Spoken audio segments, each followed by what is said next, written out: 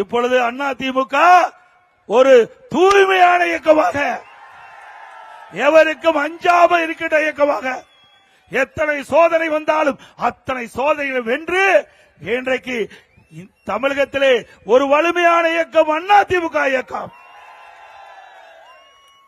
இன்றைக்கு ஸ்டாலினால் ஒன்று செய்ய முடியல. எவ்வளவோ பிடிஎம் தூண்டிவிட்டு பார்த்தார், அத்தனை நாம் முறியடித்து விட்டோம். மக்களுடைய செல்வாக்கு மிக்க இயக்கம் அதிமுக இயக்கம். இதை எந்த கொம்பனாலும் இந்த இயக்கத்தை அழித்து விட முடியாது. உழைக்கின்றவருக்கு மரியாதை கிடைக்கும். நம்மை போல் இருக்கின்ற சாதாரண தொண்டன் கூட உச்சபட்ச பதவிக்கு வர முடியும் ஒரே இயக்கம் அதிமுக இயக்கம். சாதாரண கிளை செயலாளர் கூட இந்த இயக்கத்தில் இருந்து சிறப்பாக பணியாற்றினால் சட்டமன்ற உறுப்பினர் ஆகலாம், நாடாளுமன்ற உறுப்பினர் ஆகலாம், அமைச்சர் ஆகலாம், ஏன் முதலமைச்சரே ஆகலாம். திராவிட முன்னேற்ற கழகத்தில் ஆக முடியுமா?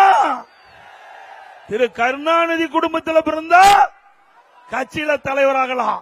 திரு கருணாநிதி குடும்பத்தில் பிறந்தா தமிழ்நாட்டில் ஆட்சி அதிகாரத்தில் முதலமைச்சராகலாம். மற்றவர்கள் எவராலும் கட்சிக்கு உழைத்தாலும் எந்த பதவிக்கும் கட்சியிலேயே வர முடியாது. உயர்ந்த பதவிக்கு, ஆட்சி அதிகாரத்திலும் உயர்ந்த பதவிக்கு வர முடியாது. தமிழ்நாட்டில் மட்டுமல்ல, இங்கே நாடாளுமன்ற உறுப்பினராக வெற்றி பெற்று நாடாளுமன்றத்துக்கு சென்றாலும் மத்தியிலும் குடும்பத்தைச் சேர்ந்தவர்கள் தான் ஆட்சி அதிகாரத்தில் இருக்க முடியும். அப்படிப்பட்ட கட்சி திமுக கட்சி. ஆகவே அனைத்து இந்திய அண்ணா திராவிட முன்னேற்ற கழகத்தை பொறுத்த வரைக்கும் தொண்டன் உழைக்கின்றவனுக்கு உரிய மரியாதை கிடைக்கக்கூடிய ஒரே இயக்கமான இந்திய அண்ணா திராவிட முன்னேற்ற கழகம்.